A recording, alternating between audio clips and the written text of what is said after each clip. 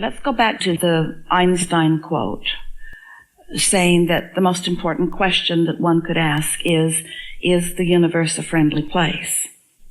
And our conclusion is that just as beauty is in the eye of the beholder, that all of that stuff is too. And that the reason that this very wise man, by the way, so tuned in, so instinctual, so often in vibrational alignment with source energy, the receiver of so much information because of his ability to come into alignment. So he understood connection in the way that you've come to understand connection. And the reason that he would put such a question, the most important question, he's making this statement to every human whose ears could fall on his question to them. The most important question that you could ask is the universe a friendly place? Because he knows that when you ask, that it is given. In other words, he didn't say, is it a terrible place? He says, is it a friendly place? Meaning, look for the evidence of the good nature and the friendliness. Look for the evidence of the well-being of this planet. Because by the time he made such a statement or offered such a quote, he understood that what you look for, you find. And if you look for a friendly universe, you'll find it around every corner. If you look for a benevolent one, if you look for a kind and considerate one, if you look for things to appreciate, that's why that is the most important question. If you're looking for what you are wanting to see, you will find it, you see. Don't you think it's interesting the way he worded that question? He didn't say, the most important question is the universe an unfriendly place? He wanted you to look for the friendliness of the universe because he had found it. He had found the cooperative components. He had found the brilliance of the universe. He had found that there was nothing that he could pose a question about that the answer would not come to him. He knew that when you ask, it is given. And because of his patience and his scientific nature, he was willing to pose a question like that and then patiently wait endlessly for a series of answers to stream into his mind. Powerful teacher. Yeah. It's all out there. Esther argued with us in the early days. She'd say, but Abraham, she was talking about something and we were encouraging her not to spend time thinking about it. But it's true, she said. But it's true. And we said, just because something is true, we would not use that as our criteria of putting our attention upon it. Because it's only true because someone focused upon it and believed that it was so and held themselves in vibrational accordance and then attracted the proof to themselves. And so you get what you think about. You get what you ask about. There are so many people who have distorted so much. Source comes through to any of you who are asking, but you've got to get yourself into that receiving mode so that you can hear. But in your feeling of unworthiness or in your feeling of personal not enoughness, so often you look to others to do your translating for you. And the thing that you do that trips you up the most is that so often you're not even looking for that real-time instinctual information that will come. Instead, you're looking for it in those old books that have been written and buried and changed for the benefit of so many. And so you come to believe in things that never were. It isn't that God was wrathful and now is changed. He was never wrathful. He was always, as we are talking now, it's always been a non-physical source of love. But humans get things all distorted, and then you get in your fearful place, and then you try to scare each other with it. You get together in your religious clubs. That's what they are, religious clubs. And you say, those who are leading the group say, these are the rules if you want to be part of this prestigious religious club. These are the rules, and you must keep these rules. Do not do those things, and do these things. And so you decide you want to be part of that club enough that you keep those rules. But then you look around at others who are not keeping the rules and seem to be thriving. And you say, what's going on? They're not keeping the rules.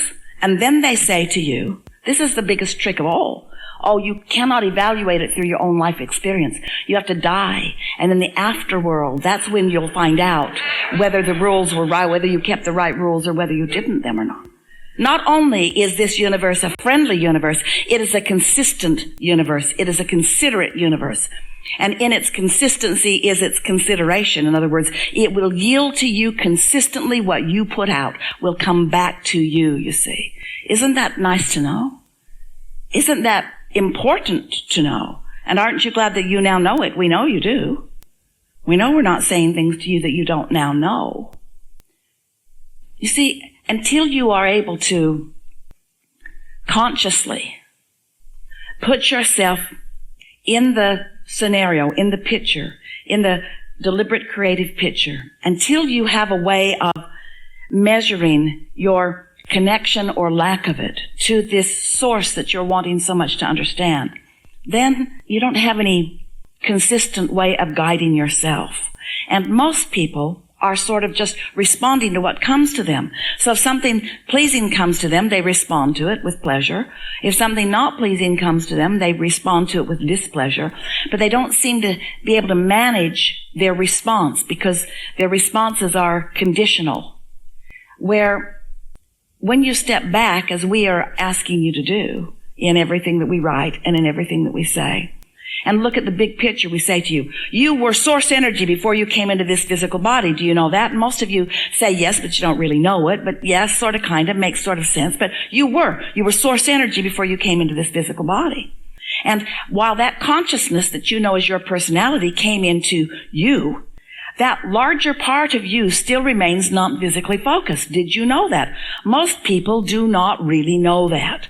So then we say, which means there are two aspects of you, this physically focused leading edge aspect of you and this non-physical source energy aspect of you, two aspects of you to which law of attraction is responding. So the source energy part of you is focused upon you and what you're doing and having opinions and attitudes about it.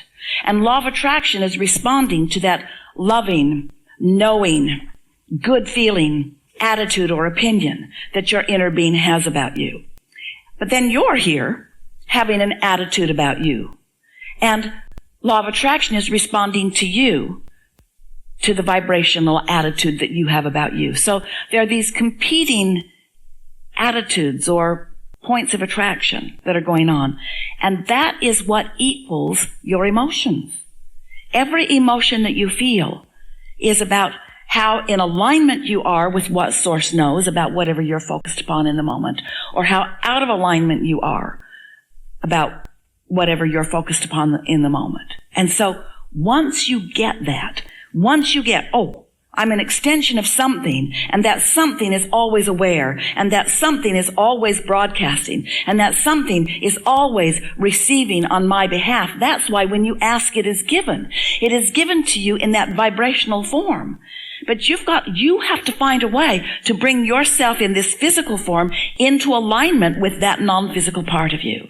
And so many people stand out there in the world, disconnected from all of that love, and then they pronounce God as vengeful.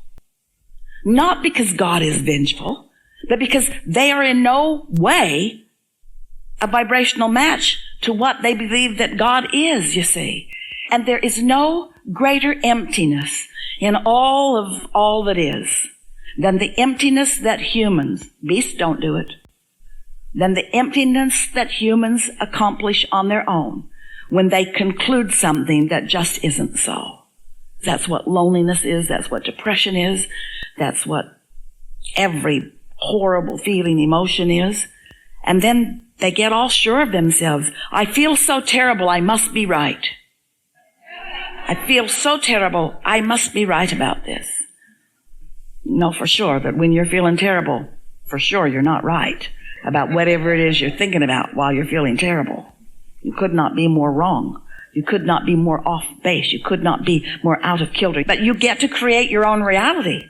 You get to deprive yourself of as much of that or allow yourself as much of that as you choose, you see, because you have the free will to choose it, to allow it, to be it, to have it, to pinch it off. And that's what we talk about whenever we get together with you, because all our students, every day, that Esther is asking many times a day, because she's been hearing this for a long time and she really gets this. In other words, she understands it to some degree.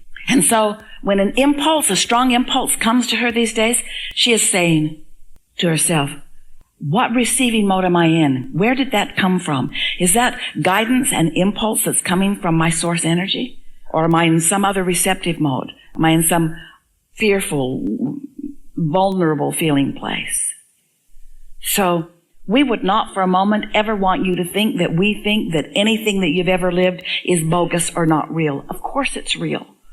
And how are you going to know what you know if you haven't had the real life experience? We just want you to know what it feels like to deliberately hook up with this source energy and allow it to flow on a consistent basis, you see. We want you to know that this is a friendly universe, that this is a loving universe, and even more important, that this is a universe interested in you, that you are important in this universe, that what you think matters, and that you contribute to this universe with every thought you think. And when you sift through the contrast and you know what you don't want and you launch rockets of what you do want, even if you never line up with those rockets of improvement, you still have benefited the universe, you see. You've still done part of what you intended to do. You sifted and sorted and you ask. And when you ask, it was given, and it was given to you. It was given to the vibrational version of you, and that vibrational version of you held that knowing and held that asking and held that receiving of source and is sending a signal to you, a constant signal to you to let you know that any time you just relax a little bit and move in the direction of that signal, that you will be the receiver of the information that you have asked for. You see? It's just such a wonderful thing to come to know. And we know for sure that you know it. Now, will you live it all day, every day? Hell no. You won't do that. Esther doesn't do that. She wants to, but she doesn't. She lets life experience get her goat every now and again. She'll have a knee-jerk reaction to something, and when she does, she feels the discord in her being. And she will laugh when that discord is there, and she will say, I know, I'm pinching myself off from all of the well-being of all of the universe, but I can't help it right now because this really made me mad. It's all right, because in that, you're asking for more. Just make more lists of positive aspects and look for more reasons to appreciate. And find a time every day to quiet your mind so that your vibrational beingness will find that equivalency to the source within you. And then benefit from all of the lovely questions that this life experience has caused you to ask.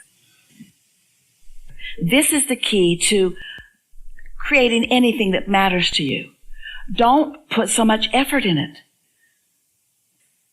So, you've asked, and what you've asked for is in the vortex, but it's a vibrational version. And now you're looking for ways to bring it from vibration into your manifested reality. How can I get the money out of the vortex and into the bank? How can I turn these thoughts to things? How can my life reflect the reality that I've been asking for? How can I stop noticing the things that aren't happening and start feeling the things as they are happening? How can I start enjoying the evolutionary process rather than wanting it to manifest and then find it? How can I have fun in this process? If you get too heady about it, you're in the way of it. If you're trying too hard, you see. So sort of kick back and cool your jets and just relax and listen. And let it be what it is. And don't try to make it be more than what it is. Let it be whatever it is, because whatever it is enough. And you know why? Because it's gotta be. It's gotta be enough because it's all it is. So, just relax. So now, we all know how it all works. Yeah. You're doing really well. We enjoyed this a lot.